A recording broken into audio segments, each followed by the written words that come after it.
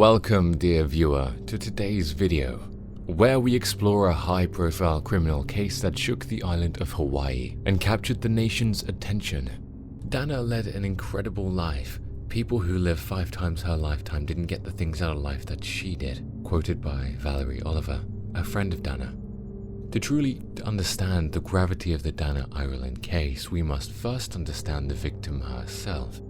Danaireland was a vibrant and promising 23-year-old woman living on the picturesque island of Hawaii. Known for her adventurous spirit and love for nature, Dana embraced the island's beauty and enjoyed engaging in outdoor activities. She was described as kind-hearted, intelligent, and full of potential. Attending Radford University and George Mason University, her field of study is unknown at this time. On that ill-fated day, December 24th, 1991, Danaireland embarked on a bicycle ride to invite her friend, Mark Evans, a handsome handyman working as a carpenter, enjoying spare time as a surfer, to join her and her sister for a meal that night, unaware of the horrors that awaited her. Dana set out on the tranquil old government beach road, anticipating a serene journey filled with the island's natural wonders. Little did any of them know, a hole would be left on the Hawaii island in a few short hours. As Dana cycled along the old government beach road, the peaceful excursion took a dark turn. It was on that desolate stretch of road that they encountered 3 men in a pickup truck. What should have been a fleeting encounter soon transformed into a nightmare. The men, driven by sinister intentions, confronted the sisters, forcing them off the road. The suddenness and violence of the encounter left Dana in a state of shock and fear. Her pleas for mercy went unheard as the men proceeded to subject her to a harrowing ordeal. Targeted by her assailants, she was forcibly taken into a nearby field away from the prying eyes of any potential witnesses. In that secluded and desolate setting, she was subjected to unspeakable acts of violence. The details of the assault were so horrific that we at Ace Mysteries have decided to redact the specific nature of the attack, out of respect for any viewers sensitive to such information. But if you do wish to find out specifics, a simple Google search should suffice. Dana endured physical trauma beyond comprehension, her body violated and her spirit shattered. Following the brutal assault, the men callously abandoned Dana, left alone in the field. It was a passerby who stumbled upon this horrific scene, discovering Dana's injured body. Recognizing the urgency of the situation, the Good Samaritan promptly summoned help and Dana was rushed to the hospital. However, despite the best efforts of medical professionals, Danaireland's injuries proved insurmountable. Tragically, she succumbed to the severe physical trauma inflicted upon her, her young life cut short in a senseless act of violence. The aftermath of Dana's death reverberated through the community, leaving shock and grief in its wake. The peaceful island of Hawaii was left reeling from this incomprehensible crime, grappling with the loss of a vibrant soul and a profound sense of shattered innocence. The discovery of Dana's lifeless body was not only devastating for her family but also for the community at large. It served as a truly stark reminder of the lurking dangers that can invade even the most idyllic of the settings. The brutal nature of her assault sent shockwaves through the hearts of those who lived on the island, forever etching the memory of that tragic day in their collective consciousness. Now, we must look into the challenges faced by investigators, how a lack of solid evidence created a significant roadblock in the search for the perpetrators, and how one man almost made a fool into place. The investigation into the brutal murder of Danaireland presented numerous challenges to law enforcement officials due to the lack of witnesses and forensic evidence. The crime had taken place in a secluded field away from prying eyes, leaving investigators with limited leads to follow. However, they remained committed to unraveling the truth and bringing justice to Dana and her grieving family. The initial days of the investigation were marked by frustration and a sense of urgency. Detectives scoured the crime scene for any possible clues, meticulously documenting every piece of evidence they could find. Yet the lack of eyewitnesses and tangible forensic leads made progress difficult, to say the least. In 1992, a significant breakthrough occurred when Albert Ian Schweitzer came forward, self-implicating himself and 2 others in the crime. Schweitzer's decision to reveal his involvement in the assault would prove to be a turning point in the investigation.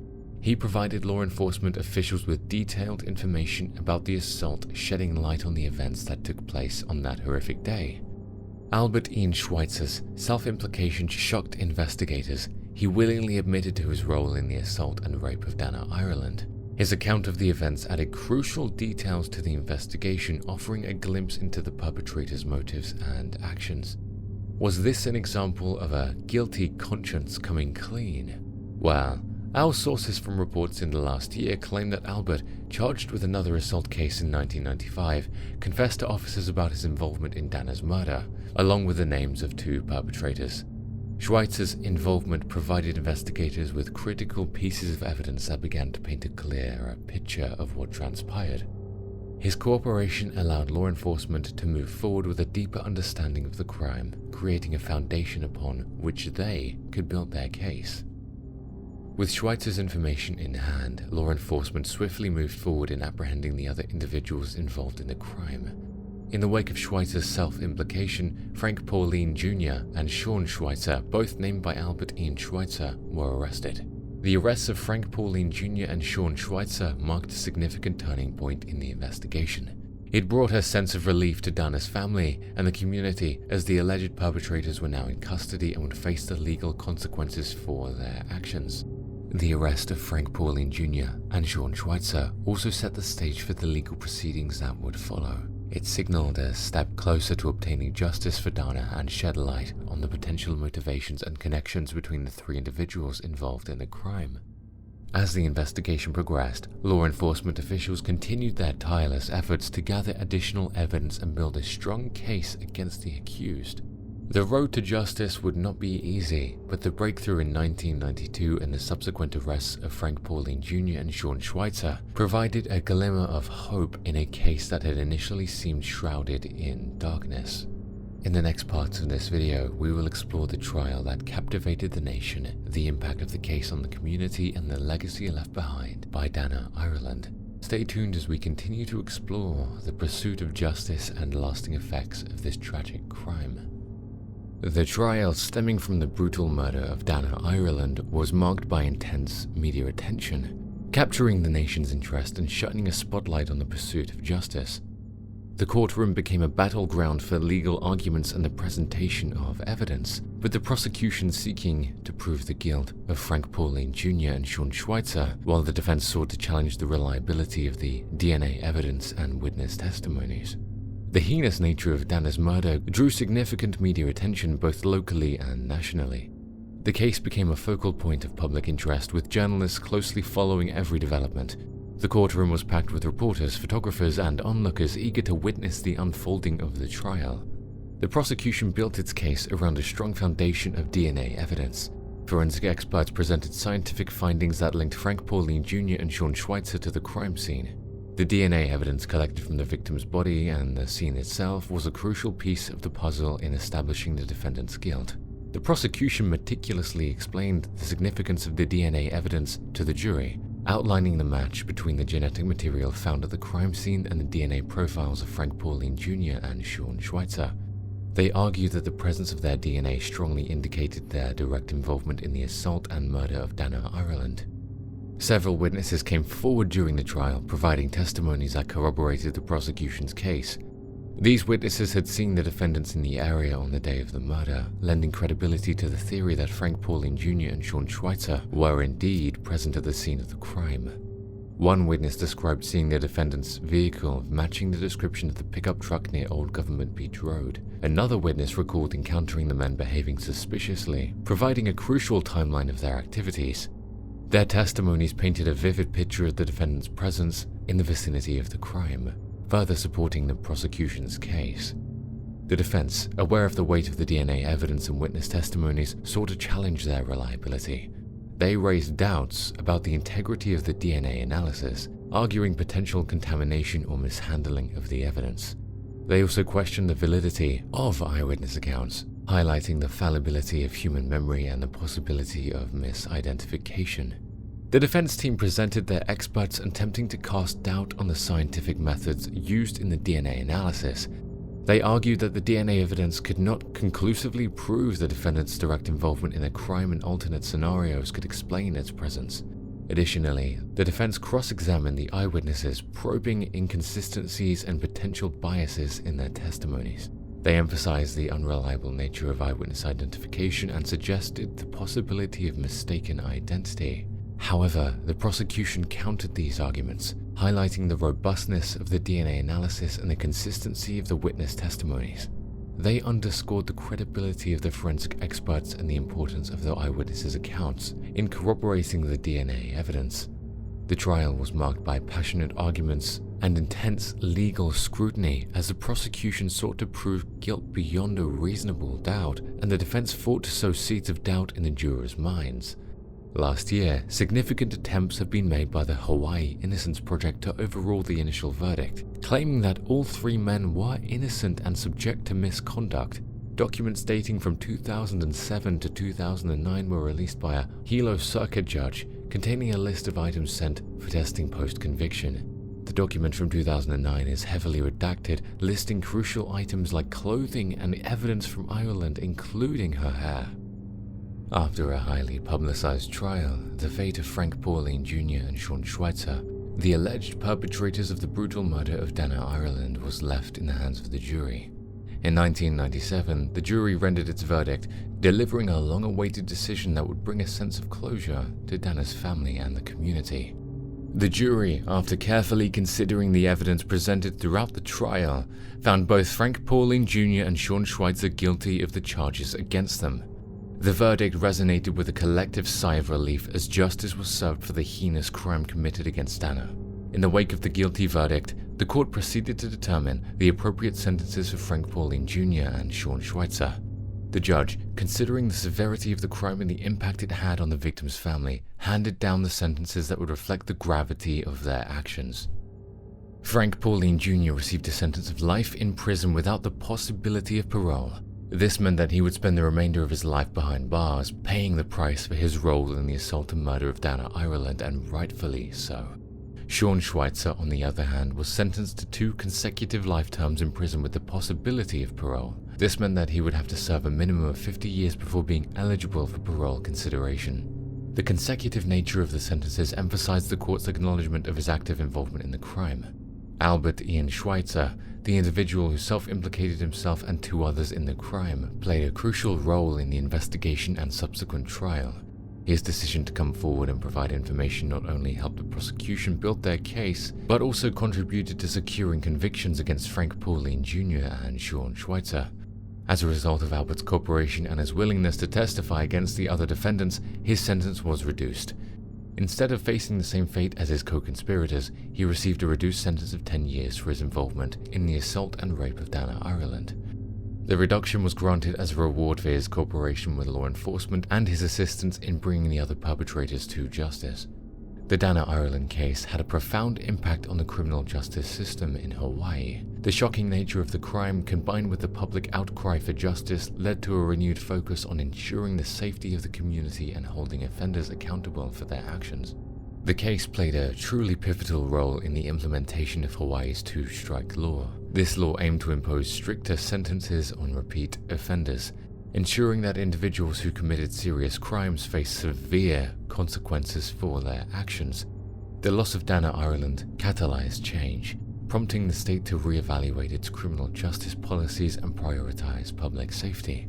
The implementation of the 2-strike law was a direct response to the need for enhanced punishments for individuals with a history of violent offenses. It aimed to prevent future tragedies by keeping dangerous offenders off the streets and providing a sense of security for the community. During the trial of Frank Pauline Jr. and Sean Schweitzer for the murder of Danaireland, several witnesses came forward and provided crucial testimonies that supported the prosecution's case. Their accounts shed light on the events surrounding the crime and helped establish the defendant's presence and involvement. Let's delve into the testimonies of some key witnesses. Deborah Stone, a resident of the area near Old Government Beach, testified that on the day of the crime, she saw a truck matching the description of the defendant's vehicle. She observed the truck driving erratically and speeding, raising her suspicions. Her testimony placed the defendants in the vicinity of the crime scene and provided valuable information about their movements. Alex DeMello, another witness, testified that he encountered the defendants on the day of the crime. He recalled seeing them in the area, acting suspiciously and engaging in aggressive behavior. He described an incident where they threatened him with a knife and demanded his car keys. Alex's testimony established the defendant's aggressive demeanor and further corroborated their presence at the scene. Lurleen Rance, a resident, provided crucial testimony regarding her encounter with the defendants on the day of the crime. She described how she saw Danaireland lying on the side of the road, injured and disoriented. Lurleen approached Dana, who was barely conscious, and offered her assistance. Dana was able to communicate her name before losing consciousness again. Lurleen's testimony placed the defendants near the victim and provided valuable insight into the immediate aftermath of the assault. Alfred Wong, a forensic expert, testified about the DNA evidence recovered from the crime scene. He explained the process of DNA analysis and presented the results that linked Frank Pauline Jr. and Sean Schweitzer to the genetic material found at the scene. Wong's expert testimony provided scientific validation for the prosecution's case and solidified the connection between the defendants and the crime. Unfortunately, questions have arisen about the validity of the statements Wong provided in court. Re-examining the evidence has disproven any DNA connection between the convicted suspect and Danaireland's attackers. This begs the question, is this a case of an honest mistake made by a man working with relatively new technology, or a case of manipulation by authorities to make a speedy conviction? We may never know. These witnesses played a crucial role in the trial, as their testimonies collectively painted a comprehensive picture of the events leading up to and following Danaireland's assault. Their accounts not only established the defendant's presence in the area, but also provided crucial details about their behavior and interaction with the victim. However, it is important to note that the defense vigorously cross-examined these witnesses, challenging their reliability and pointing out potential inconsistencies. The defense argued that witness testimonies can be subject to memory lapses, misinterpretation, or even manipulation, God forbid. They attempted to cast doubt on the witnesses' recollection of events and suggested alternative explanations for the defendant's presence and behavior. The jury was tasked with weighing the credibility of the witness and determining the extent to which their testimony supported the prosecution's case. Ultimately, it was their responsibility to decide the veracity of the witnesses' accounts and the impact they had on the overall narrative of the crime. Last year, in 2022, the Hawaii Innocence Project claims the real perpetrators are still out there. The DNA does not match any other defendants whatsoever, which could prove a significant miscarriage of justice, putting 3 possibly innocent men in prison for life. Adding to the dismay this brings, Frank Pauline was killed in prison, meaning another needless death was the result of poor litigation to achieve a quick sentence. The Danaireland case had a profound and far-reaching impact on the community, particularly in the context of sexual violence. The shocking nature of the crime brought the issue to the forefront of public consciousness, sparking important conversations about the prevalence of sexual assault and the need for justice and support for victims. Today, such support exists extensively, but it's truly distasteful how bad things have to get before they get better. The case served as a stark reminder that sexual violence can happen to anyone, anywhere, and that it has devastating consequences for both individuals and communities.